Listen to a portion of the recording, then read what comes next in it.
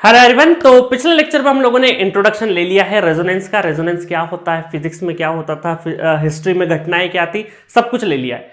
अब हम लोग बात करते हैं एक्चुअल हमारे सिलेबस की, गेट सिलेबस में या जो कॉलेज में आप पढ़ रहे हैं अगर नेटवर्क थ्योरी, तो वहां पर क्या पूछा जाता है। तो ये रहा सीरीज रेजोनेंस। मैंने जैसा कि पिछले लेक्चर में बताया था कि हम लोग स्टार्ट कहां से करेंगे, सीरीज रेजोनेंस से स्टार्ट करेंगे। तो ये है सीरीज रेजोनेंस जिसमें रेजिस्टेंस, इंडक्टेंस और कैपेसिटेंस सीरीज में कनेक्टेड है। और अगर मैं बात करूं इसका इंपिडेंस लिखने की, ठीक है, तो इसका अगर हम इंपिडेंस लिखें तो इंपिडेंस क्या लिखते हैं, Z equal to R plus J और एक्सएल माइनस एक्सी। ये हमारा क्या होता है, इंपिडेंस होता है, जो कि हम लोग एसी एनालिसिस में बहुत अच्छे से देख चुके हैं। ये हमारा इंपिडेंस होता है क्योंकि जो रिएक्टिव पार्ट है उनमें क्या रहेगा, एक्सएल माइनस एक्सी रहेगा। ठीक है, अब यहां से अगर देखें यहां पे, तो मैंने क्या बोला, रेजोनेंस की डेफिनेशन क्या बोली कि resonance is the condition at which circuit behave like pure resistive. Pure resistive इसका मतलब क्या है कि इमेजिनरी पार्ट क्या होना पड़ेगा, जीरो होना पड़ेगा। मतलब इमेजिनरी पार्ट क्या रहे, इक्वल टू जीरो। ठीक है, तो इसका मतलब रेजोनेंस कंडीशन क्या है आपकी कि इमेजिनरी पार्ट क्या हो, जीरो रहे। इमेजिनरी पार्ट जीरो रहे। ठीक है, ये वाला चीज बहुत ज्यादा जगह काम आएगी जब आप न्यूमेरिकल सॉल्व करोगे और कोई भी आपको नेटवर्क गिवन है और बोला है कि बताइए रेजोनेंट फ्रीक्वेंसी क्या है, तो आपको ऐसे क्वेश्चन में क्या करना है, इक्विवेलेंट इंपीडेंस निकालना है और जो जे है मतलब इमेजिनरी पोर्शन है उसको इक्वल टू जीरो पुट कर देना है, तो वहां से आपका आंसर निकल के आ जाएगा। इस कॉन्सेप्ट के ऊपर बहुत बार क्वेश्चन पूछा गया है आपको। ठीक है, अभी हम करेंगे भी, आगे चल के क्वेश्चन भी करेंगे। चलो, इमेजिनरी पार्ट जीरो हो गया। अब इमेजिनरी पार्ट जीरो होने का मतलब है कि देखिए यहां पे एक्सएल माइनस, मैं अगर इसको लेके आऊं xl minus xc equal to zero, इसका मतलब यही रहता है xl minus xc equal to zero. और यहां पे इसको मैं थोड़ा सा छोटा कर देता हूं ताकि थोड़ा सा ज्यादा बड़ा बड़ा दिख रहा है ये, है ना, इसको थोड़ा सा हम लोग छोटा कर दे ताकि आपको विजिबल भी अच्छे से होगा। अब देखिए यहां पे एक्सएल को हम क्या लिख सकते हैं, अगर मैग्नीट्यूड वाइज बात करें तो ओमेगा एल, और एक्सी को लिख सकते हैं 1 upon omega c equal to zero, है ना। ऑलरेडी ये सब चीजें बता चुका हूं। अब यहां पे क्या होगा, उधर जाएगा और ये इस तरीके से ओमेगा स्क्वायर बन जाएगा। ठीक है, ओमेगा स्क्वायर एक्सएल बन जाएगा और इक्वल टू जीरो चले जाएगा, 1 उधर चले जाएगा, 1 नीचे गया और स्क्वायर भी हट के एलसी और अंडर रूट निकल जाएगा।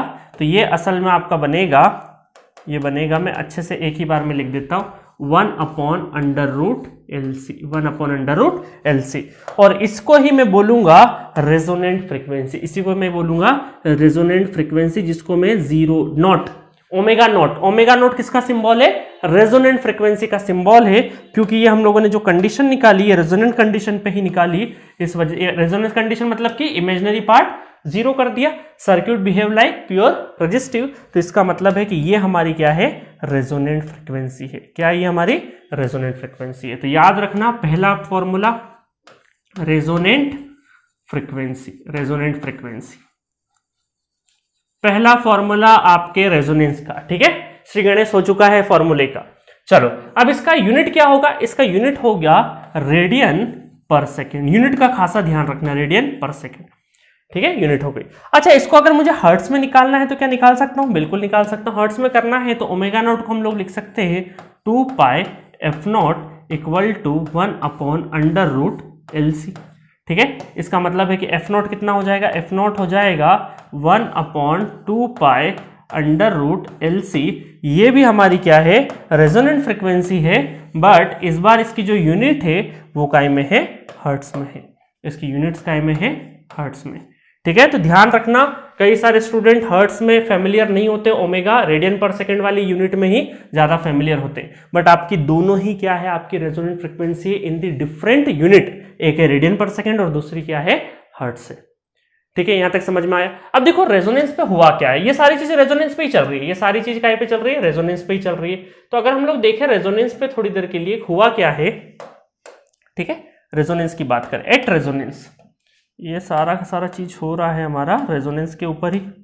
एट रेजोनेंस, एट रेजोनेंस, ठीक है, थोड़ा सा भी बड़ा कर देता हूं मैं इसको, एट रेजोनेंस। अब रेजोनेंस पे आपने देखा कि किस तरीके से हम लोगों ने जो इंपीडेंस था वो किसके बराबर रहा, हमारा रेजिस्टेंस के बराबर। Z इक्वल टू क्या रहा, R के बराबर, क्योंकि इमेजिनरी पार्ट तो क्या हो गया, जीरो हो गया। ठीक है। अब यहां पे अगर हम लोग देखें कि हमारा पावर फैक्टर अगर मैं देखूं तो पावर फैक्टर क्या रहेगा, cos phi is the power factor. और पावर फैक्टर क्या होता है नॉर्मली r बाय जेड और r, और यहाँ पे z क्या है, r ही है, तो ये क्या हो गया equal to 1। cos phi equal to 1, इसका मतलब ये है पावर फैक्टर क्या हो गया आपका यूनिटी। पावर फैक्टर क्या हो गया, यूनिटी पावर फैक्टर। और यूनिटी पावर फैक्टर का मतलब है कि आपका जो सप्लाई वोल्टेज और सप्लाई करंट एक ही फेज में रहे। ठीक है, याद है आपको जब मैंने सीरीज आरएलसी सर्किट पढ़ाया था जिसका थर्ड केस लिया था जिसमें एक्सएल और एक्सी है ना, एक्सएल और एक्सी मतलब इस कंडीशन से अगर मैं बात करूं यहाँ पे, इस कंडीशन से अगर देखूं तो ये असल में कंडीशन जो है ये यहाँ पे, इसको मैं थोड़ा सा आगे और बढ़ाऊं तो XL equal to XC, that is the condition of resonance, that is the condition for resonance. ये रहे तो ये क्या है आपकी condition for resonance, condition for resonance.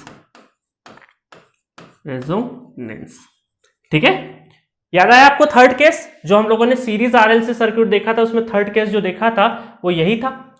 तो इसका मतलब है कि जब भी कभी सर्किट में सीरीज आरएलसी हो और इंडक्टेंस और कैपेसिटिव रिएक्टेंस एक दूसरे के बराबर हो जाए, मैग्नीट्यूड बराबर अगर इनका हो जाए, तो इसका मतलब है कि आपकी रेजोनेंस कंडीशन है, और रेजोनेंस कंडीशन है इसका मतलब है कि आपका इमेजिनरी पार्ट 0 होगा और ओवरऑल सर्किट का जो इंपीडेंस होगा वो रेजिस्टिव रहेगा और उसका पावर फैक्टर क्या रहेगा, यूनिटी रहेगा। इसका मतलब है कि जो सप्लाई वोल्टेज और ये सप्लाई करंट ये दोनों एक दूसरे के क्या रहेंगे, एक ही फेज में रहेंगे। ठीक है, समझ में आया। अब देखिए यहां पर मैं 2-3 चीजें और बताना चाहूंगा आपको कि अगर मैं करंट वगैरह सब कुछ निकालना चाहूं यहाँ पे, ठीक है, करंट वगैरह, तो यहां पे अगर मैं देखूं तो Z इक्वल टू R है, तो अगर मैं करंट लिखूं तो करंट कितना हो जाएगा, वोल्टेज डिवाइडेड बाय इंपीडेंस। इसका मतलब है कि voltage equal to V by Z, और यहाँ पे Z क्या है, Z है सिंपली R, Z है आपका सिंपली R। R का मतलब क्या है कि यहाँ पे ये है मिनिमम, ये क्या है मिनिमम, क्योंकि इसमें से क्या हुआ, एक पोर्शन तो 0 हो गया, मतलब इमेजिनरी पोर्शन क्या हो गया, 0 हो गया। अगर मैं इसका मैग्नीट्यूड लिखूं तो R square plus XL minus XC का होल स्क्वायर आता। अब मुझे बताइए ये वाला पोर्शन तो 0 हो गया, इसका मतलब इंपीडेंस सिर्फ रेजिस्टेंस के बराबर रहा, इसका मतलब जो इंपीडेंस है वो मिनिमम है, और इंपीडेंस मिनिमम हुआ, अगर ये डिनोमिनेटर मिनिमम रहा तो करंट क्या हुआ, करंट रहा आपका मैक्सिमम, करंट क्या हुआ मैक्सिमम। ठीक है, तो कई बार आपसे ये सारे जो पॉइंट्स है थ्योरेटिकल एग्जाम्स में पूछे जाते हैं अदर देन गेट एग्जामिनेशन। तो आपसे कभी पूछे कि बताइए सीरीज रेजोनेंस में, सीरीज आरएलसी रेजोनेंस में जो आपका इंपीडेंस होता है मिनिमम होता है मैक्सिमम होता है, आपको क्या बोलना है, मिनिमम होता है। करंट क्या होता है, करंट मिनिमम होता है मैक्सिमम, तो आपको क्या बोलना है, करंट मैक्सिमम होता है। अब देखिए सीरीज आरएलसी सर्किट में क्या करता है, मिनिमम इंपीडेंस ऑफर कर रहा है ताकि ज्यादा से ज्यादा करंट इसमें से पास हो सके, ज्यादा से ज्यादा करंट को एक्सेप्ट कर सके। इस वजह से इसका एक और नाम क्या है, सीरीज आरएलसी रेजोनेंस का, मतलब सीरीज सर्किट अगर रेजोनेंस पे है तो इसका एक और नाम है एक्सेप्टर सर्किट। क्या नाम है इसका एक और, एक्सेप्टर सर्किट, एक्सेप्टर सर्किट, क्योंकि ज्यादा से ज्यादा करंट ये क्या कर रहा है, एक्सेप्ट कर रहा है। तो series RLC circuit at resonance behave like a acceptor circuit. ठीक है, एक चीज और बता दी मैंने, मजा आया क्वेश्चन में, तो ये नॉट क्वेश्चन कॉन्सेप्ट में मजा आया। ठीक है, तो बस यहां से आपको ध्यान रखना, आप कौन कौन से फॉर्मूले ध्यान रखना है स्लाइड से। देखो फॉर्मूला रटने पे बिल्कुल मत जाना। एक्सएल इक्वल टू एक्सी हमारी रेजोनेंस की कंडीशन है, एक्सएल को ओमेगा एल लिखते, एक्सी को 1 बाय ओमेगा सी लिखते, दोनों को इक्वेट किया हम लोगों ने, दोनों को इक्वेट करेंगे तो ये वाला आपका रेजोनेंट फ्रीक्वेंसी का फॉर्मूला हो जाएगा। इसको कोई रटने की जरूरत नहीं, क्वेश्चन इतने करोगे कि ये ऑलरेडी याद रह जाएगा। इससे इसका कन्वर्जन, इसमें भी कोई दिक्कत नहीं थी, पावर फैक्टर यूनिटी बताने में भी कोई दिक्कत नहीं थी। अभी तक कोई भी फॉर्मूला ऐसा इंट्रोड्यूस नहीं हुआ है जो आपको मगअप करना पड़े। ठीक है, सिवाय इसके एक्सएल इक्वल टू एक्सी, तो ये तो आपको ओवर द टाइम नींद में भी उठा के पूछेंगे तो याद हो जाएगी। बताओ रेजोनेंस कंडीशन क्या है, तो आप बोलेंगे एक्सएल इक्वल टू एक्सी, है ना, तो इतना फेमिलियर हो जाओगे। चलिए नेक्स्ट कॉन्सेप्ट और देखते हैं कि जितने भी हमारे रेजिस्टेंस और इंपीडेंस और इनके जितने भी हमारे reactance XL XC, resistance XL XC और इंपीडेंस, 4 क्वांटिटी है, इन चारों क्वांटिटी का एक ग्राफ प्लॉट करते हैं और वहां से कुछ इंपॉर्टेंट कंक्लूजन ड्रॉ करते हैं। ठीक है, चलिए तो ये रहा ग्राफ आपका, और यहां पे इस ग्राफ में इस एक्स एक्सिस पे हम लोग देखेंगे फ्रीक्वेंसी और वाई एक्सिस पे देखेंगे हमारी ओमिक वैल्यू। क्या देखेंगे? हमारी ओमिक वैल्यू, सारी की सारी ओमिक वैल्यू। तो सबसे पहली ओमिक वैल्यू अगर मैं देखूं तो ये हमारी रेजिस्टेंस, ये हमारा क्या है? रेजिस्टेंस। और रेजिस्टेंस का ये देखिए रेजिस्टेंस क्या होता है अगर मैं देखूं तो नंबर 1 पॉइंट अगर देखूं तो are it is independent to the frequency, it is independent to the frequency. ठीक है, फ्रीक्वेंसी से इंडिपेंडेंट होता है, इस वजह से मैंने एक कांस्टेंट कोई ना कोई फाइनाइट अमाउंट का एम्पलीट्यूड होगा इसका, मतलब कुछ ना कुछ 1 ओम 2 ओम 3 ओम कुछ ना कुछ वैल्यू रहेगी। तो ये मैंने डॉट डॉट करके ऐसे लिख दी है, दैट इज रेजिस्टेंस। कलर है, स्मार्ट बोर्ड है तो हमारे पास बहुत सारे कलर है, अदरवाइज मुझे व्हाइट बोर्ड में दिक्कत होती है कि कलर हमारे पास लिमिटेड रहता है। इस बार कलर इतने हैं कि हमें कंफ्यूजन हो जाए कौन सा कलर ले। चलो अब स्टार्ट करते हैं हम लोग एक्सी को, है ना, सेकेंड लेते हैं। सेकेंड, अब देखिए हम लोग अगर देखें कि एक्सएल इक्वल टू कितना होगा, ओमेगा एल होता है। इसका मतलब फ्रीक्वेंसी पे डिपेंडेंसी, कैसे डिपेंडेंसी इसकी फ्रीक्वेंसी पे डिपेंडेंसी है कि एक्सएल प्रोपोर्शनल टू ओमेगा। इसका मतलब लीनियर रिलेशन है ये एक तरह का क्या है? लीनियर रिलेशन है। ठीक है, प्रोपोर्शनलिटी हटेगा तो एक कांस्टेंट इंट्रोड्यूस हो जाएगा, दैट इज एल। ठीक है, इसका मतलब है एक्सएल जो है वो ओमेगा का डायरेक्टली प्रोपोर्शनल, मतलब लीनियर रिलेशन है। तो हम ये बोल सकते हैं यहां से कि यहां से एक लीनियर एक लाइन गई हमारी किसकी? एक्सएल की। किसकी गई लाइन? एक्सएल की। ठीक है, यहां तक समझ में आया। नेक्स्ट कलर ले लेते हैं, एक और कलर कोई सा भी ले लेते हैं। चलो ब्लू कलर ले लेते हैं। थर्ड नंबर अगर देखें तो एक्सी देखें, एक्सी कितना होता है? 1/ओमेगा-c। इसका मतलब है कि यहां पे XC inversely proportional to the omega, मतलब कि रेक्टेंगुलर हाइपरबोला।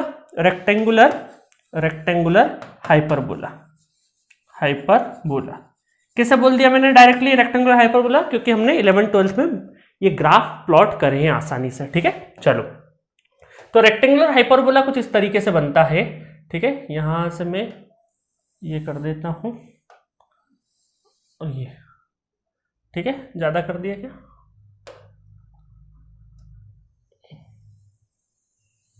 ये हमारा रेक्टेंगुलर हाइपरबोला बन गया। ठीक है, रेक्टेंगुलर हाइपरबोला बन गया, दैट इज एक्सी, है ना। ये क्या है? हमारा एक्सी है। और ये क्या था हमारा? ये था हमारा एक्सएल। तो यहां पे तीन चीजें बन गई हमारी, रेजिस्टेंस बन गया है, एक्सएल बन गया है और ये एक्सी बन गया है। ठीक है, तो अब यहां पर अब तो मुझे यहां पे नोट करने की जरूरत नहीं है, अदरवाइज ये देख लो, ये वाली जो लाइन है ये एक्सएल की है। और अगर मैं ब्लू कलर से बना दूं तो ये हमारी किसकी है? एक्सी की लाइन है। ठीक है, तीनों चीजें हम लोगों ने प्लॉट करती है। और ये देखो यहां पर क्या होगा, अब बहुत सारे स्टूडेंट मुझसे पूछते हैं कि सर आपने ये तीनों के तीनों ये दोनों पॉइंट पे एक जगह कहां कोइंसिडेंट होंगे, है ना, कैसे कोइंसाइड होंगे? तो ग्राफ उसी तरीके से बनाया है कि देखिए क्या होगा सर्किट में कि जैसे जैसे हमारी फ्रीक्वेंसी आगे बढ़ेगी तो एक ऐसी फ्रीक्वेंसी होगी जहां पर ये आपका एक्सी और एक्सएल दोनों बराबर होंगे और वहां पे रेजिस्टेंस भी मौजूद रहेगा क्योंकि आरएलसी सर्किट है। तो इस पॉइंट पर, इस पर्टिकुलर फ्रीक्वेंसी पे जहां पर एक्सएल और एक्सी दोनों जब बराबर है, इस बराबर वाले पॉइंट पे उसको बोलते हैं हम लोग रेजोनेंट फ्रीक्वेंसी। इसको क्या बोलेंगे हम लोग? Resonant frequency. अब देखिए यहां से ये है रेजोनेंट फ्रीक्वेंसी। अगर मैं बात करूं रेजोनेंट फ्रीक्वेंसी के नीचे, मतलब ये वाला जो रेंज है, फ्रीक्वेंसी रेंज 0 से लगा के ओमेगा नोट तक, इसको हम क्या ऐसा बोल सकते हैं? That is below resonant frequency, below omega naught. और इसके आगे वाला जो पॉइंट है, जो फ्रीक्वेंसी रेंज है, उसको बोल सकते हैं हम लोग अबव ओमेगा नोट। ठीक है, अबव ओमेगा नोट। इसका मतलब अगर मुझे यहां से देखिए दो तीन चीजें अगर मैं ड्रॉ करूं यहां पे, तो क्या बोल सकता हूं कि बिलो रेजोनेंट फ्रीक्वेंसी अगर मैं देखूं तो कौन बड़ा है? एक्सी बड़ा है या एक्सएल बड़ा है? तो यहां पर एक रिलेशन मेरे पास है कि इन दोनों में बिलो रेजोनेंट फ्रीक्वेंसी अगर देखूं तो एक्सएल और एक्सी, है ना, किसी भी देखो यहां पे किसी भी फ्रीक्वेंसी पे ऐसे देखो, ये देखो, तो यहां पे और यहां पे कौन बड़ा है? एक्सी बड़ा है और एक्सएल छोटा है। इस तरीके से हम देख सकते हैं ना। देखने का तरीका आया कि एक लाइन खींचो, दोनों को कट करेगी और वहां से हम देखो कि एम्पलीट्यूड किसका बड़ा है। तो इसका मतलब है कि बिलो रेजोनेंट फ्रीक्वेंसी आपका एक्सी ग्रेटर देन एक्सएल है और एक्सी ग्रेटर देन एक्सएल होता है। इसका मतलब पावर फैक्टर यहाँ पे कैपेसिटिव सर्किट डोमिनेंट है। कैपेसिटिव सर्किट डोमिनेंट है, इसका मतलब लीडिंग पावर फैक्टर है, लीडिंग पावर फैक्टर है। चलो अब सिमिलरली इधर बात करें तो इधर अगर कंपेयर करें हम लोग कि एक लाइन खींच दे और वापस के एम्पलीट्यूड को अगर देखें मेजर करें तो इसका मतलब, क्योंकि मेजर देखो इन दोनों को अगर मेजर करना है तो एक कॉमन फ्रीक्वेंसी पे मेजर करना पड़ेगा हमें, तो एक कॉमन फ्रीक्वेंसी ले लेते हैं, वहां पे हम लोग इन दोनों को मेजर करते हैं। तो यहां पे पता चलेगा हमें कि अबव रेजोनेंट फ्रीक्वेंसी, देखो पहले क्या हुआ, एक्सी कम हुआ कम हुआ कम हुआ यहाँ पे, और उसके बाद फिर ये देखो अगर यहां से देखेंगे तो ये इस तरीके से और यहाँ पे बढ़ते हुए जा रहा है, इधर एक्सी इस तरीके से आ रहा है और इस तरीके से और डिक्रीज होते जा रहा है यहाँ पे, ठीक है। तो इसका मतलब है कि हम इधर की साइड में देखेंगे तो हमारा एक्सएल ग्रेटर देन एक्सी होगा, इसका मतलब है कि इंडक्टिव डोमिनेंट नेटवर्क, इसका मतलब पावर फैक्टर क्या हो गया, लैगिंग पावर फैक्टर हो गया, लैगिंग पावर फैक्टर, ठीक है। इतना समझ में आया।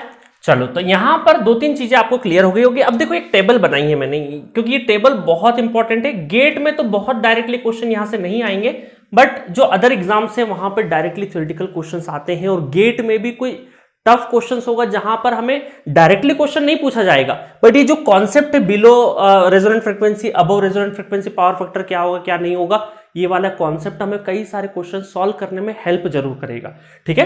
चलिए तो एक टेबल बना दी है मैंने यहाँ पे, और टेबल में सारी चीजें हम लोग फिल करना स्टार्ट करते हैं, ठीक है। अब देखो यहाँ पर मैंने एग्जांपल के लिए रेजोनेंट फ्रीक्वेंसी 1 ले ली है, और बिलो रेजोनेंट फ्रीक्वेंसी आधी ले ली है, और अबव रेजोनेंट फ्रीक्वेंसी 2 ले ली है, और एल और सी की वैल्यू 1 ले ली है थोड़ी देर के लिए। तो मैं बात करता हूं अगर यहाँ पे, तो बिलो रेजोनेंट फ्रीक्वेंसी की अगर बात करें तो यहां पर आपका रहेगा XC greater than XL, below resonant frequency XC greater than XL.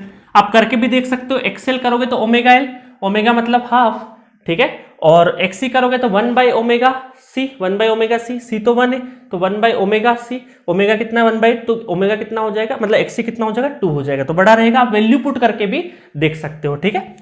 तो यहां पे पावर फैक्टर क्या हुआ, पावर फैक्टर रहा आपका लीडिंग पावर फैक्टर, ठीक है, यहां पे क्या रहा, leading power factor, leading power factor रहा। दूसरी चीज, अगर यहां पे लीडिंग पावर फैक्टर रहा और यहां पे अगर रेजोनेंट फ्रीक्वेंसी पे देखें तो एक्सी एट रेजोनेंट, तो एक्सएल इक्वल टू एक्सी होता है यहां पे, तो यहां पर हम ये बोल सकते हैं unity power factor, unity power factor, ठीक है। सिमिलरली अबव रेजोनेंट फ्रीक्वेंसी पे देखें तो एक्सएल ग्रेटर देन एक्सी, जो कि हमें ग्राफ से आसानी से नजर आ रहा है, वैल्यू पुट करके भी देख सकते हो आप यहाँ पे अबव रेजोनेंट फ्रीक्वेंसी, तो यहाँ पे आपका क्या हो जाएगा, लैगिंग पावर फैक्टर हो जाएगा, lagging power factor, power factor क्या हो गया, लैगिंग हो गया, ठीक है। तो एक चीज दो चीजें आपको क्लियर है। एक और चीज क्या है आपका कि यहां पर इंपीडेंस का क्या होगा, ठीक है, इंपीडेंस, तो चलो इंपीडेंस देखते हैं। तो जब आपका जो इंपीडेंस होगा, देखो इंपीडेंस क्या होता है, इंपीडेंस होता है आपका Z equal to R plus J XL minus XC, ठीक है, और यहां तो इंपीडेंस कितना, Z इक्वल टू क्या रहेगा, आर रहेगा, यहां इंपीडेंस कितना है, R plus J XL minus XC, ये जनरलाइज लिख रहा हूं मैं अभी, है ना, एक्सएल माइनस एक्सी, इसका मतलब एक्सी किस साइड में है, निगेटिव पोर्शन में है, ठीक है, निगेटिव पोर्शन में। तो इसका मतलब है कि जब एक्सी आपका क्या रहेगा, बड़ा रहेगा, एक्सी इस वाले डोमेन में एक्सएल कम और एक्सी ज्यादा है, एक्सएल कम और एक्सी ज्यादा है, तो आपका जो इंपीडेंस होगा वो डिक्रीज करने लगेगा, वो डिक्रीज करने लगेगा। ये वाली बात बहुत सारे लोगों को कम समझ में आती है, ठीक है, ये आपका क्या रहेगा, डिक्रीज करने लगेगा, डिक्रीज करने लगेगा। ग्राफ कहीं से भी आ सकता है, कोई दिक्कत नहीं है, मैं अभी थोड़ा सा ऐसे ही बना रहा हूं, ये कुछ भी आ सकता है, ठीक है, ये डिक्रीज करने लगा, एक पॉइंट पे आके फिर वापस से इंक्रीज करने लगेगा, वापस इंक्रीज करने लगेगा, ठीक है। अब देखना इधर, आप इस ग्राफ को अलग तरीके से देखो, यहां से देखो, जब ऐसे ऐसे डाउन आते जा रहा है, जब जैसे जैसे रेजोनेंट फ्रीक्वेंसी की तरफ बढ़ते जा रहा है आपका, तो एक्सी क्या होते जा रहा है, कम होते जा रहा है, एक्सी कम होते जा रहा है, तो आपका इंपीडेंस भी क्या होते जा रहा है, कम होते जा रहा है। मतलब इस एरिया में अगर आप देखोगे इस पर्टिकुलर जोन में, तो एक्सी ज्यादा है एक्सएल से, मतलब कि आपका जो निगेटिव पोर्शन है वो ज्यादा है पॉजिटिव पोर्शन से, तो इंपीडेंस क्या होगा, कंपैरेटिवली डाउन होगा, कंपैरेटिवली क्या होगा, डाउन होगा। तो डाउन होते होते होते होते होते होते होते होते यहां रेजोनेंट फ्रीक्वेंसी पे क्या होगा, आपका एक्सी और एक्सएल दोनों बराबर हो जाएंगे, तो Z इक्वल टू आर हो जाएगा। उसके बाद आप देखेंगे कि इस वाले जोन में एक्सएल बड़ा है एक्सी छोटा है, तो ये पॉजिटिव वाला अब इंक्रीज करेगा, तो आपका जो इंपीडेंस है वो अब इंक्रीज करने लगेगा। तो अब यहां पे आपका जो इंपीडेंस है वो क्या होते जाएगा, इंक्रीज करने लगेगा। इसका मतलब हम बोलेंगे इस वाले जोन में इंपीडेंस डिक्रीज कर रहा है और इस वाले जोन में इंपीडेंस इंक्रीज कर रहा है।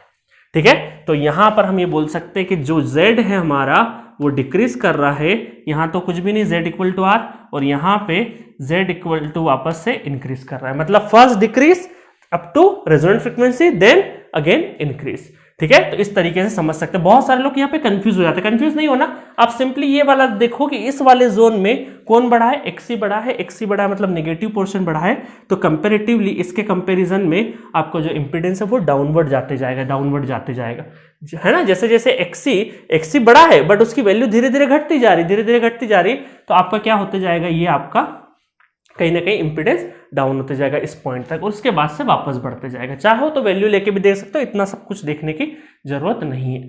तो इतने कंक्लूजन आपको ध्यान में रखना है। ठीक है, यहां तक समझ में आया। तो चलिए आगे बढ़ते हैं, एक इंपॉर्टेंट पैरामीटर और देखते हैं, क्वालिटी फैक्टर और मैग्निफिकेशन फैक्टर और फिगर ऑफ मेरिट्स। ठीक है, तीन नाम है अलग अलग जगह पे। तो अभी नेटवर्क थ्योरी में क्वालिटी फैक्टर और मैग्निफिकेशन फैक्टर के बारे में तो आपको पता चल जाएगा। ये जो फिगर ऑफ मेरिट है, ये ईसी वाले स्टूडेंट, इलेक्ट्रॉनिक्स वाले स्टूडेंट जब आपका लॉजिक फैमिलीज वगैरह पढ़ेंगे तो वहां पर एक पैरामीटर आप पढ़ते हैं फिगर ऑफ मेरिट्स, तो ये वहां पर भी आप देखेंगे। ठीक है, इसका नोटेशन क्या होता है सबसे पहले तो वो बताए। तो क्वालिटी फैक्टर जैसे क्यू से डिनोट हो, मतलब क्यू से स्टार्ट होता है अगर नाम, तो इसका जो सिंबल है वो क्यू ही है। अब बहुत सारे स्टूडेंट कंफ्यूज मत हो जाना इस क्यू में, क्योंकि क्यू से एक और चीज हमने डिनोट करी है, दैट इज रिएक्टिव पावर। तो क्वालिटी फैक्टर और रिएक्टिव पावर का नोटेशन एक ही है, पर दोनों में अंतर क्या है, आपका जो रिएक्टिव पावर है उसका यूनिट होता है VAR, volt ampere reactive, but quality factor का कोई भी यूनिट नहीं होता, इट इज यूनिटलेस। ठीक है, डायमेंशनलेस। ठीक है, तो क्वालिटी फैक्टर की एक डेफिनेशन लिख रखी है, the quality factor is a measure of the sensitivity, और ब्रैकेट में लिख, इस सेंसिटिविटी को ही क्या बोल रहे हैं, sharpness of resonance of the circuit. Simple सा मतलब ये है कि आपका जो रेजोनेंस बनता है इस तरीके से, है ना, ये रेजोनेंस अभी बनेगा आगे चल के, अभी मैं ग्राफ वगैरह सब प्लॉट करूंगा। अभी ये वाली डेफिनेशन आगे आपको जब मैं रिलेशन बिटवीन बैंडविड्थ, ओमेगा और क्यू, है ना, मतलब रेजोनेंस फ्रीक्वेंसी, बैंडविड्थ और क्वालिटी फैक्टर तीनों के बीच में जब रिलेशन बताऊंगा तब ग्राफ बहुत अच्छे से आपको समझ में आएगी। तो ये डेफिनेशन अभी एज इट इज लिखे रहने दीजिएगा, मतलब ये मान के चलिए आगे चल के अभी मैं ग्राफ बनाऊंगा ना, तो ये रेजोनेंस बनता है ना, ये रेजोनेंस का ग्राफ बनता है, जिसका जो शार्पनेस है, ये जो शार्पनेस है इसकी रेजोनेंस फ्रीक्वेंसी के ऊपर, ये जो शार्पनेस है इसके हिसाब से कौन से कर्व का लिस्ट सिलेक्टिविटी है, हाईएस्ट सिलेक्टिविटी, मतलब गुड क्वालिटी फैक्टर है, बैड क्वालिटी फैक्टर है, ठीक है, लिस्ट क्वालिटी फैक्टर है, इस तरीके से सारी चीजें हम लोग देखेंगे। तो अभी आप डेफिनेशन के हिसाब से सिंपली सिलेक्टिविटी का मतलब ये समझिए कि जो शार्पनेस है, कर्व का जो शार्पनेस है उसकी बात हो रही है। ठीक है, अभी कर्व बनाएंगे नहीं, आगे चल के कुछ इसके नेक्स्ट वाले लेक्चर में हम लोग ये कर्व बनाएंगे। तो ये डेफिनेशन अभी एज इट इज लिखे रहने दीजिएगा, अभी थोड़ी देर बाद आपको ये चीज समझ में आएगी। दूसरा चीज है, एक डेफिनेशन और देखें क्वालिटी फैक्टर का। देखिए क्वालिटी फैक्टर नेटवर्क में जस्ट इंट्रो ही है, बाकी डिटेल वर्जन इसका क्वालिटी फैक्टर का मेजरमेंट सब्जेक्ट में होता है, क्योंकि हर एक इंस्ट्रूमेंट का क्वालिटी फैक्टर चेक किया जाता है, वो अच्छा है नहीं अच्छा है, कितना अच्छा है, ये सारी चीजें देखी जाती है। तो क्वालिटी फैक्टर आप मेजरमेंट में भी बहुत डिटेल में पढ़ेंगे, बट अभी यहाँ पर भी हम लोग डिटेल में पढ़ेंगे, इतना ऐसा भी नहीं है कि अपन हवा में उड़ा देंगे, यहाँ भी जितनी रिक्वायरमेंट होगी इस सब्जेक्ट की उसके हिसाब से पढ़ेंगे, है ना। तो अभी थोड़ा सा रुको, क्वालिटी फैक्टर के बारे में सारी चीज धीरे धीरे जान जाओगे। चलिए, तो क्वालिटी फैक्टर का एक हमारा डेफिनेशन ये भी होता है कि Q equal to 2 pi into maximum energy stored, है ना, पहले मैं लिख लेता हूं, maximum energy stored, maximum energy stored, ठीक है, अपॉन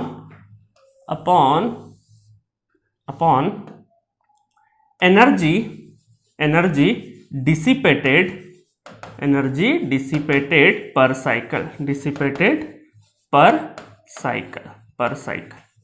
ठीक है। अब देखिए क्या है, इसका मतलब क्या है, इस फॉर्मूले का मतलब ये है कि आपका जब रेजोनेंस होता है तो रेजोनेंस में क्या होता है, दो नेचुरल फ्रीक्वेंसी और आपकी जो ड्राइविंग फोर्स की जो फ्रीक्वेंसी है वो मैच हो जाती है, तो वहां पे कॉलिजन हो जाता है ना। अगर मैं इलेक्ट्रिकल सर्किट की बात करूं तो इंडक्टिव XC और XL जब बराबर हो जाए, मतलब कि दोनों का हम बोल सकते हैं कि इंडक्टिव का जो वेवफॉर्म है और कैपेसिटेंस का वेवफॉर्म है वो आपस में क्या हो जाए, कोलैप्स हो जाए, मतलब टकरा जाए। तो इसका मतलब क्या है कि कहीं ना कहीं कोलिजन हो रहा है, तो वहां पे एनर्जी डिसिपेट हो रही, कुछ ना कुछ लॉस में जाएगा, कुछ ना कुछ लॉस हो रहा है ना। तो एनर्जी डिसिपेटेड पर साइकिल, एक साइकिल में जितना एनर्जी डिसिपेट हो रहा है उसमें से कितनी मैक्सिमम एनर्जी स्टोर्ड हो रही है। तो maximum energy stored out of energy dissipated per cycle, और इसको बोलते हैं क्वालिटी फैक्टर। ठीक है, अब इसको मैं थोड़ा सा और अच्छे से लिखूं, अगर क्यू को और अच्छे से लिखूं तो एनर्जी को मैं क्या लिख सकता हूं, एनर्जी को मैं ऐसा भी लिख सकता हूं ना, पावर इंटू टाइम। एनर्जी को क्या लिख सकता हूं, पावर इंटू टाइम, तो power dissipated per cycle into time. ठीक है, तो इसका मतलब है कि मैं यहां पे एज इट इज इसको मैं कॉपी कर देता हूं, एज इट इज इसको मैं कॉपी कर देता हूं और यहां पे लिख देता हूं। ठीक है, और सिंपल यहां पे क्या करूंगा मैं, देखिएगा यहां पे ये जो एनर्जी है इसकी जगह मैं क्या लिख देता हूं, पावर डिसिपेटेड लिख सकता हूं। एनर्जी क्या होता है, पावर इंटू टाइम, और इंटू क्या लगा देता हूं, टाइम। ठीक है, इंटू टाइम मतलब टी लगा देता हूं, टाइम टी, और 1 टाइम पीरियड कितना हो जाएगा, 1/t मतलब कि फ्रीक्वेंसी f है ना, फ्रीक्वेंसी f, और 2 पाई इंटू 1 है ना, ये देखो f इक्वल टू कितना है, f इक्वल टू 2 मतलब यहां पे हम लोग लिखे अगर कि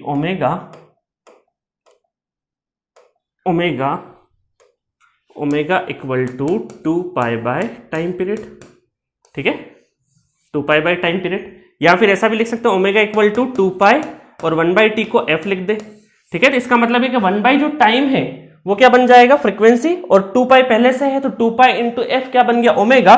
तो ये फॉर्मूला हमारा क्या हो गया, फॉर्मूला वापस से थोड़ा सा बदल गया, Q equal to omega naught omega जो भी रहे है ना, ज्यादातर रेजोनेंट फ्रीक्वेंसी रहेगा, तो ओमेगा इंटू सेम वापस यही चीजें यहां पे वापस से पेस्ट कर देते पावर। ठीक है, तो ये मैंने वापस से यही सारी चीजें पेस्ट कर दी, तो ये असल में आपका वापस से हमारा फॉर्मूला बन जाता है,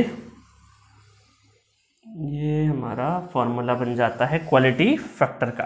ठीक है, तो बहुत सारे स्टूडेंट कंफ्यूज हो रहे हैं सर क्या क्या बता रहे हैं क्या नहीं, सब ऊपर से जा रहा है, कोई दिक्कत नहीं है, ये सारे चीजें जो लिखी है ये सिर्फ थ्योरी में रहने दीजिए, आपको कभी ना कभी इंटरव्यू वगैरह में जाएंगे तो काम आएगी। अदरवाइज अब मैं जो बताऊंगा आपको न्यूमेरिकल सॉल्व करने के लिए और गेट का रिटन एग्जाम सॉल्व करने के लिए, या जो आपके गेट में जो न्यूमेरिकल आएगा उसको सॉल्व करने के लिए जो क्वालिटी फैक्टर के फॉर्मूले हैं इनमें से इनकी जरूरत नहीं है, अब जो बताऊंगा वो करना है आपको। ठीक है, तो आपकी कॉपी में लिखे रहने दीजिए कि स्टैंडर्ड डेफिनेशन, ये अभी थोड़ी देर बाद समझ में आएगी, और ये आपको मैंने एनर्जी और पावर के टर्म में यहां पे एक और फॉर्मूला बता दिया है। ठीक है, चलिए अब मेन जो मैं बताता हूं कि क्वालिटी फैक्टर में है क्या असल में, जो हमें जानना जरूरी है। अब देखिए क्वालिटी फैक्टर, अब ये हमारा इंपॉर्टेंट है ना, ये स्लाइड इंपॉर्टेंट है क्योंकि यहां पर अब हम जो वो चीजें पढ़ेंगे वो सारी की सारी यूज होगी आपके क्वेश्चंस में, और वो क्वेश्चंस आपके गेट एग्जामिनेशन में डेफिनेटली आने वाले हैं। चलो, तो क्वालिटी फैक्टर की बात करें अगर हम लोग, तो quality factor Q equal to क्या होता है, देखिए Q, क्वालिटी फैक्टर Q से डिनोट किया, इसका mod of magnitude of voltage across inductor upon voltage across resistor at resonance. ठीक है, क्या फॉर्मूला हुआ, voltage across inductor upon voltage across resistor at resonance. ठीक है, आगे चल के मैं बोलूंगा ये जो वोल्टेज अक्रॉस रजिस्टर होता है, क्योंकि देखो जो सर्क्यूट है आरएलसी सर्क्यूट है तो वो कैसा बिहेव करेगा, behave as a resistive circuit. इसका मतलब इंडक्टेंस और कैपेसिटेंस तो रहेंगे नहीं, वो आपस में एक दूसरे से क्या हो जाएंगे, शॉर्ट हो जाएंगे। वो अभी शॉर्ट कैसे होंगे वो भी आपको रीजन बताता हूं। ठीक है, आप शॉर्ट हो जाएंगे, इसका मतलब कि सप्लाई वोल्टेज आपका सिर्फ और सिर्फ रजिस्टर के क्रॉस हो जाएगा, तो मैं इसको सप्लाई वोल्टेज भी बोल सकता हूं और वीआर भी बोल सकता हूं। अभी ये बात भी थोड़ी देर में समझ में आ जाएगी। ठीक है, तो अभी के लिए देखिए कि voltage across inductor upon voltage across resistance, जो कि आगे चल के सप्लाई वोल्टेज ही कहा जाएगा। चलो, और क्या हो सकता है, एक तो ये हो गया, दूसरा चीज है एक फॉर्मूला और बन सकता है, that is Q equal to mod of VC divided by mod of VR at resonance. मतलब कैपेसिटेंस ने क्या बिगाड़ा भाई, इंडक्टर के अक्रॉस वोल्टेज ले रहे हो और डिवाइडेड बाय VR कर रहे हो, तो similarly VC divided by VR ये भी आपका क्या रहेगा, सेम फॉर्मूला ही देगा। ठीक है, अब चलो अलग अलग फॉर्मूले, अब देखो क्वालिटी फैक्टर में क्या होता है, बहुत सारे फॉर्मूले जनरेट होते हैं, कोई सा भी फॉर्मूला लगाओगे आंसर वही आएगा, बट क्या होता है कि गिवन डेटा के हिसाब से, गिवन क्वेश्चन में क्या क्या क्वांटिटी है उसके हिसाब से हमें सिलेक्ट करना होता है कि कौन सा फॉर्मूला लगाना। इसीलिए स्टूडेंट बहुत ज्यादा कंफ्यूज होते हैं कि सर रेजोनेंस में भर भर के फॉर्मूले, कौन सा कब लगाना हमें पता ही नहीं चलता है। तो जब मैं क्वेश्चंस कराऊंगा तब आपको बहुत अच्छे से बताऊंगा किस तरीके से क्वेश्चंस में आपको दिमाग लगाना और किस तरीके से फॉर्मूले एक्सेस करना है। ठीक है, चलिए अभी हम लोग करें, आगे बढ़ते हैं यहाँ पे। तो अगर यहाँ पे क्वालिटी फैक्टर क्यू की बात कर रहे हैं हम लोग, ठीक है, चलो अब इस फॉर्मूले को आगे बढ़ाए। इस फॉर्मूले को अगर हम लोग आगे बढ़ाए तो यहाँ पर Q इक्वल टू कितना हो जाएगा, Q इक्वल टू, थोड़ी देर के लिए मैं क्या कर देता हूँ, इसको यहाँ पे लिख देते हैं, इसको आगे बढ़ाते पहले तो हम लोग, है ना, पहले इसको आगे बढ़ाते, उस फॉर्मूले को बाद में आगे बढ़ाएंगे। तो Q इक्वल टू, थोड़ी देर के लिए अगर वोल्टेज VL लिखूं, वोल्टेज अक्रॉस इंडक्टर, तो क्या मैं ऐसा लिख सकता हूं I into XL divided by I into R। लिखा जा सकता है क्या? बिल्कुल लिखा जा सकता है। ठीक है, ऐसा लिख सकते हैं। तो करंट से करंट कैंसिल हो जाएगा, तो इसका मतलब क्या हो जाएगा, आपका जो फॉर्मूला है, आपका फॉर्मूला क्या बन जाएगा, I से I कैंसिल आउट, क्योंकि सीरीज में करंट तो एक ही फ्लो होता है, तो XL divided by this resistance. तो एक फॉर्मूला ये बन गया आपका। ठीक है, एक फॉर्मूला क्या हो गया, ये हो गया, ये फॉर्मूला बन गया क्वालिटी फैक्टर का, कि अगर आपको रिएक्टेंस दे रखा है, इंडक्टेंस के अक्रॉस रिएक्टेंस पता है, इंडक्टिव रिएक्टेंस पता है और रेजिस्टेंस पता है, तो क्वालिटी फैक्टर निकल जाएगा। और दोनों ओमिक ओमिक क्वांटिटी, इस वजह से यूनिटलेस, कोई भी यूनिट नहीं होगी। चलो इसी फॉर्मूले को आगे बढ़ाएं थोड़ा। इसी फॉर्मूले को अगर हम लोग आगे बढ़ाएं तो क्या हो जाएगा, देखिएगा बहुत ध्यान से। ठीक है, आगे बढ़ाते हैं, आगे बढ़ाएं अगर, तो एक्सेल डिवाइडेड, एक्सेल को क्या लिख सकते हैं, ओमेगा एल लिख सकते हैं, और ये आर है। ओमेगा कौन सा है, ओमेगा नॉट। तो ये भी एक फॉर्मूला बन गया। अच्छा, मैं इसको है ना इस साइड में लिख देता हूं ताकि ज्यादा बेहतर तरीके से फॉर्मुलाइज होगा। Q इक्वल टू एक्सेल की जगह में ओमेगा नॉट एल लिख सकता हूं इंटू आर। तो ये भी हमारा क्या है, क्वालिटी फैक्टर का फॉर्मूला है। ये भी एक क्वालिटी फैक्टर का फॉर्मूला है। अच्छा, इन दोनों फॉर्मूले में कब कौन सा लगेगा, रिएक्टेंस पता है, रेजिस्टेंस पता है, और तब ये वाला फॉर्मूला लगाना। आपको रेजोनेंट फ्रीक्वेंसी, इंडक्टेंस और रेजिस्टेंस पता है, तो ये वाला फॉर्मूला लगाना। चलो आगे और बढ़ते हैं अभी। अब देखिए इसमें क्या करेंगे थोड़ी देर के लिए, कि Q पता है हमें, है ना, Q पता है। तो अब यहां पर मैं थोड़ा सा कलर चेंज कर लेता हूं, है ना, Q।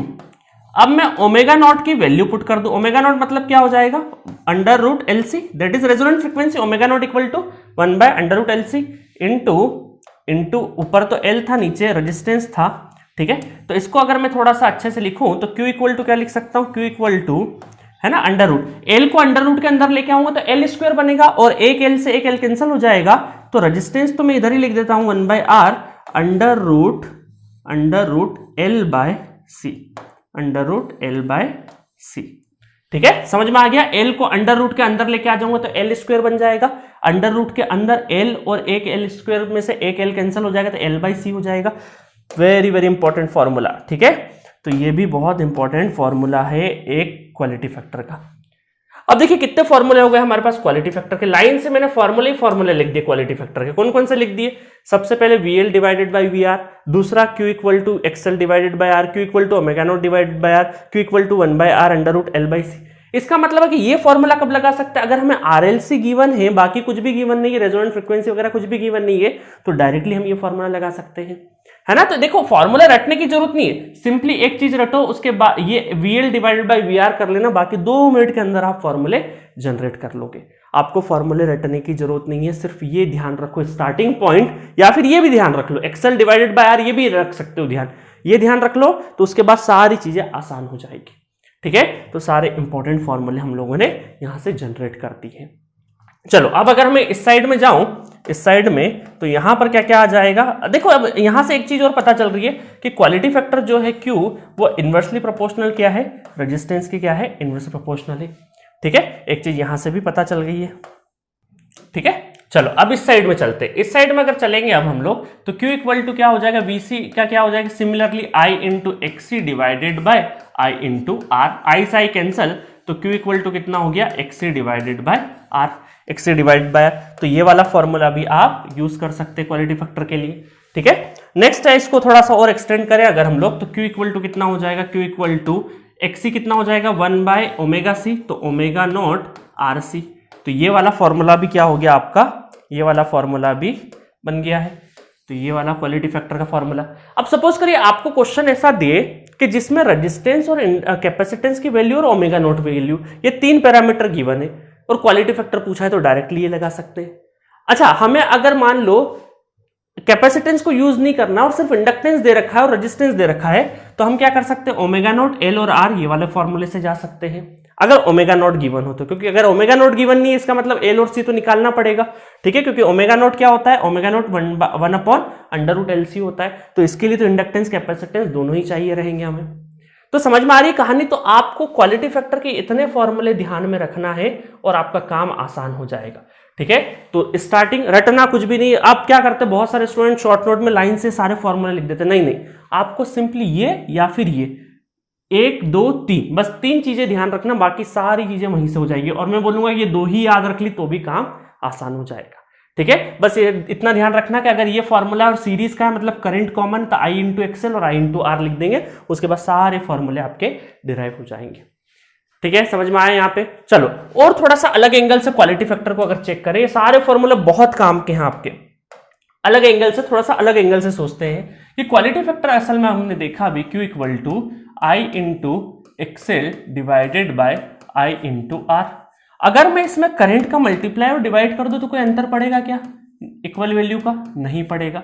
बट आपको ये ध्यान रखना पड़ेगा कि Q इक्वल टू अगर मैं करंट का मल्टीप्लाई डिवाइड कर दूंगा तो I square XL divided by I square R. इसका मतलब क्या हो गया, ये I स्क्वायर एक्सएल किसका फॉर्मूला है, ये हमारा रिएक्टिव पावर का फॉर्मूला है डिवाइडेड बाय, है ना। मैं इसका Q नहीं लिखता हूं, नहीं तो कंफ्यूज हो जाओगे सर, Q से Q कैंसिल कर दोगे नहीं तो, है ना, ऐसा मत करना। तो मैं यहाँ पे लिख देता हूं रिएक्टिव पावर, ठीक है, अपॉन रियल I2R मतलब रियल पावर। तो अगर आपको पावर के फॉर्म में निकालना हो, देखिए आपको अब बहुत अच्छे से समझ में आएगा क्वालिटी फैक्टर कि आपका जो एनर्जी डिसिपेट मतलब पावर डिसिपेट हो रहा है, जो लॉस में जा रहा है मतलब I2R, तो लॉसी पार्ट है।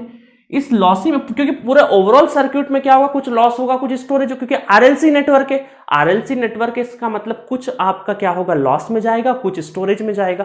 तो इसका मतलब है कि रिएक्टिव पावर, क्योंकि रिएक्टिव कंपोनेंट मतलब कि एनर्जी स्टोरिंग वाली बात हो रही है ना, टाइम से मल्टीप्लाई कर देंगे पावर को तो क्या हो जाएगा, एनर्जी हो जाएगा। तो ये जो रियल पावर है, आपका जो लॉस है, जितना सर्किट ओवरऑल सर्किट में जो रियल पावर है अपॉन मतलब उसमें से कितना रिएक्टिव पावर हो रहा है, उसका रेशो क्या है, आपका क्वालिटी फैक्टर है। तो इस तरीके से भी आप समझ सकते हैं ना, ठीक है। चलिए, तो ये एक और फॉर्मूला मैंने आपको यहाँ पे दे दिया है जो कि आपको काम आने वाला है क्वेश्चंस में, ठीक है। बट ये वाले फॉर्मूले ज्यादा काम आएंगे। चलो एक चीज और बता देता हूं आपको कि ये वाला फॉर्मूला ध्यान से देखिए, इस फॉर्मूले को ध्यान से देखिए। तो अगर मैं देखूं कि वोल्टेज अक्रॉस इंडक्टर अगर मुझे देखना है तो वो कितना हो जाएगा, Q times of VR resonance. और मैं अभी आपको बता चुका हूं कि VR रेजोनेंस किसके बराबर है, आपके सप्लाई वोल्टेज के बराबर है। और अभी भी नहीं समझ में आया तो 5 मिनट और रुक जाइए, मैं अभी बता दूंगा आपको, ठीक है। तो यहां पर आपका क्या हो जाएगा कि voltage across inductor equal to Q into ये सप्लाई वोल्टेज के बराबर, दैट इज सप्लाई वोल्टेज, ठीक है। तो अगर यहां पे अगर क्वालिटी फैक्टर ग्रेटर देन 1 हुआ तो इसका मतलब क्या हो जाएगा, voltage across inductor greater than it's supply voltage से भी ज्यादा आपका वोल्टेज हो चुका है वोल्टेज अक्रॉस इंडक्टर में। सिमिलरली हम क्या बोल सकते हैं, सिमिलरली कैसा चलेगा आपका, उसमें भी चलेगा, वोल्टेज अक्रॉस कैपेसिटेंस में भी सेम चलेगा, तो ग्रेटर देन सप्लाई वोल्टेज। इसी वजह से क्या होता है, आपका जो वोल्टेज है वो मैग्नीफाई हुआ है, वोल्टेज क्या हुआ है, मैग्नीफाई हुआ है। इसी वजह से सीरीज आरएलसी रेजोनेंस सर्किट को हम क्या बोलते हैं, it is also called voltage magnification circuit. क्या बोलते हैं, वोल्टेज मैग्निफिकेशन सर्किट। तो वोल्टेज का क्या हुआ है, मैग्निफिकेशन हुआ है, वोल्टेज मैग्निफिकेशन लिख देता हूं मैं यहां पे, इसको क्या बोलते हैं, voltage magnification circuit, voltage magnification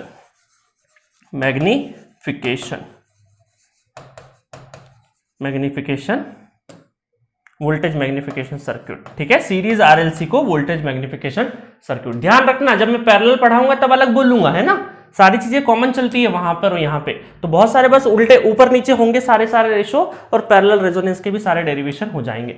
चलिए एक छोटी सी चीज और बताता हूँ, ये बार बार मैं बोल रहा हूँ ना कि वीआर को मैं सप्लाई वोल्टेज कैसे बोल रहा हूँ, चलिए उसके बारे में थोड़ा सा डिस्कस करा देता हूँ। ये जनरली मैं बहुत ज्यादा डिटेल वर्जन में नहीं ले जाता हूँ, बट आज मैं थोड़ा सा आपको डिटेल वर्जन में ले जाता हूँ, बहुत ज्यादा भी नहीं, थोड़ी देर का काम है बस।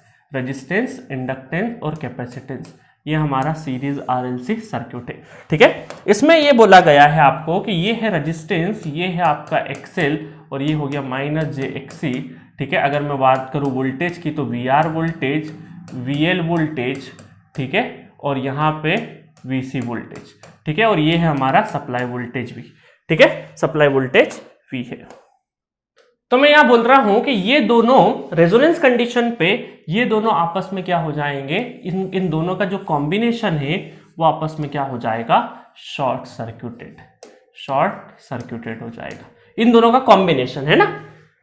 अगर कोई पूछे कि सिर्फ इंडक्टर शॉर्ट सर्किट में गया, नहीं, कैपेसिटेंस गया, नहीं, दोनों का कॉम्बिनेशन मिला के शॉर्ट सर्किट में जाएगा, ठीक है। चलो मैं जल्दी से प्रूफ भी करा देता हूं इस पॉइंट को थोड़ी देर के लिए। अगर मैं वेक्टोरिकल सिम लिखूं तो supply voltage equal to, vectorical में लिख रहा हूं सारा का सारा, V R plus V L plus V C, ठीक है। और यहां पे अगर मैं इस डेरिवेशन को आगे बढ़ाऊं तो ये हमारा सप्लाई वोल्टेज, करंट कॉमन है तो आई इंटू आर, ठीक है, और minus J, not J, minus plus I into XL, ऐसा लिख सकते हैं जे के साथ में, और यहां माइनस जे एक्सी होगा तो माइनस जे आई इंटू एक्सी, ऐसा लिख सकते हैं, बिल्कुल लिख सकते हैं। और आपको पता है एट रेजोनेंस करंट, क्योंकि ये शॉर्ट सर्क्यूट अगर हो जाएगा तो यहां से जो करंट जाएगा आई, है ना, यही आई है, तो आई करंट कितना हो जाएगा, आई हो जाएगा वोल्टेज डिवाइडेड बाय रेजिस्टेंस, मतलब supply voltage divided by this resistance, क्योंकि ये तो शॉर्ट सर्किट हो जाएगा, ठीक है। चलो तो इसका इस वाला जो result I equal to V by R, इसको अगर मैं यूज करूं तो क्या लिख सकता हूं यहां पे कि v इक्वल टू आई की जगह पे मैं लिख देता हूं v into R plus J XL, और आई की जगह मैं लिखूं वोल्टेज डिवाइडेड बाय रेजिस्टेंस, ठीक है, वोल्टेज डिवाइडेड बाय रेजिस्टेंस, और इसकी जगह मैं लिखूं माइनस जे यहां पे XC voltage divided by resistance, लिख दिया।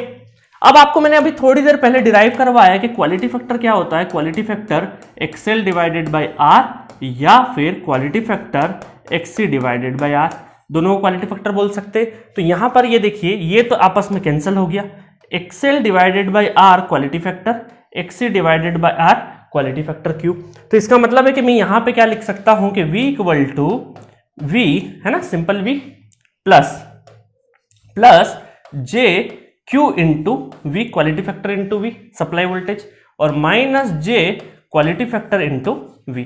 तो इसका मतलब है कि देखिएगा ध्यान से कि असल में ये वोल्टेज कौन सा है, वी आर, है ना, ये वोल्टेज कौन सा है हमारा वी आर वोल्टेज, ये वोल्टेज कौन सा है VL वोल्टेज, और ये वोल्टेज है आपका VC वोल्टेज। तो अगर मैं यहां से कुछ कंक्लूजन लूं तो आपको ये पता चलेगा कि पहली चीज, फर्स्ट पॉइंट है कि VR वोल्टेज किसके बराबर है, सप्लाई वोल्टेज के बराबर। देखो VR वोल्टेज किसके बराबर है, सप्लाई वोल्टेज के बराबर। दूसरी बात अगर मैं दिखूं कि ये सब मॉड है ना, सारे के सारे मॉडुलस है, मतलब मॉड। दूसरा चीज है कि यहां पर अगर मैं मॉड ऑफ VL लिखूं तो ये किसके बराबर है, मॉड ऑफ VL लिखूं तो ये किसके बराबर है, Q इंटू वी के बराबर, Q इंटू वी। और अगर मैं मॉड नहीं लिखूं और एक्चुअल लिखूं अगर इसको, तो VL इक्वल टू, है ना, एक्चुअल अगर मैं लिखूं तो VL equal to J Q into V. और थर्ड नंबर लिखूं VC इक्वल टू लिखूं तो ये क्या हो जाएगा, minus J Q into V, है ना, वेक्टोरिकल मान लो। और अब इन दोनों का अगर समेशन कर दे, मतलब VL प्लस VC अगर कर दूं तो इक्वल एंड, है ना, इक्वल एंड अपोजिट क्वांटिटी एक दूसरे से क्या हो जाएंगे, कैंसिल हो जाएंगे, और दोनों का सम क्या रहेगा, जीरो। इसी वजह से हम क्या बोले हैं, ये कंबाइंडली क्या है, देखो वोल्टेज ये दोनों आपस में मिलके शॉर्ट सर्किट हो रहे हैं, बट इसका मतलब ये नहीं है कि इंडक्टर के अक्रॉस वोल्टेज जीरो है या फिर कैपेसिटर के अक्रॉस वोल्टेज जीरो है, ऐसा बिल्कुल भी नहीं है। इन दोनों को जब मैं मिला लूं तो मैं बोल सकता हूं इन दोनों का जो समेशन है VL और VC वो जीरो आ रहा है, इसका मतलब दोनों का कॉम्बिनेशन क्या है, शॉर्ट सर्किट मुझे बता रहा है। बट इंडिविजुअली देखो तो VL और VC इसमें वोल्टेजेस है, है ना। तो ये स्टेटमेंट बहुत बार आया भी हुआ है गेट में, ठीक है, पुराने टाइम पे, अभी लेटेस्ट में तो नहीं है, बट ये वाला थ्योरेटिकल पॉइंट आपसे पूछा जा सकता है, ठीक है। तो अब आपको समझ में आया। तो हम ये बोल सकते हैं कि जो आपका, देखो मैं बार बार जो बोल रहा था कि यहाँ पे वी आर रेजोनेंस वो सप्लाई वोल्टेज के बराबर है, क्यों है, क्योंकि ये दोनों का जो कॉम्बिनेशन है रेजोनेंस पे, ये शॉर्ट सर्किट हो जाएगा, तो बचेगा आपका सिर्फ और सिर्फ रेजिस्टेंस। तो सप्लाई और रेजिस्टेंस का वोल्टेज क्या है, सेम हो जाएगा, ठीक है। मजा आया क्वेश्चन में, तो बहुत इंपॉर्टेंट था ये नॉर्मली मैं कराता नहीं हूं, बट इस बार सोचा कि चलो करवा देता हूं थोड़ा सा। नॉर्मली मैं मेरे पिछले लेक्चर भी देखोगे तो मैं डायरेक्टली शॉर्ट सर्किट बोल देता हूं, बट इस बार मैंने थोड़ा सा डिराइव करके आपको चीजें बता दी है। तो एट दिस नोट हमारा डिस्कशन ओवर होता है क्वालिटी फैक्टर के ऊपर। तो अभी तक हमने क्या देखा, इंट्रोडक्शन देखा रेजोनेंस का, उसके बाद सीरीज आरएलसी सर्किट के एनालिसिस देखा, और उसके बाद हमने ग्राफ देखा। ग्राफ के बाद हम लोगों ने क्या देखा कि यहां पर क्वालिटी फैक्टर का क्या रोल है, और ये सारे इंपॉर्टेंट जो फॉर्मूले हैं वो हम लोगों ने यहां पे डिराइव करे हैं, ठीक है। अब हम लोग नेक्स्ट लेक्चर में क्या करेंगे, रिलेशन देखेंगे इनके बीच का, कि रिलेशन बिटवीन बैंडविड्थ अब पिक्चर में आएगा, है ना, बैंडविड्थ भी आएगा, ओमेगा मतलब कि रेजोनेंट फ्रीक्वेंसी, क्वालिटी फैक्टर, इन तीनों के बीच में रिलेशन देखेंगे, और बहुत ही इंपॉर्टेंट रिलेशन होंगे, क्योंकि एग्जाम में बैंडविड्थ, क्वालिटी फैक्टर और आपका रेजोनेंट फ्रीक्वेंसी तीनों के बीच के इंटर रिलेशन वाले जो फॉर्मूले हैं उन पे क्वेश्चन पूछा जाता है। तो मिलेंगे नेक्स्ट लेक्चर में रिलेशनशिप के साथ। Okay, thank you.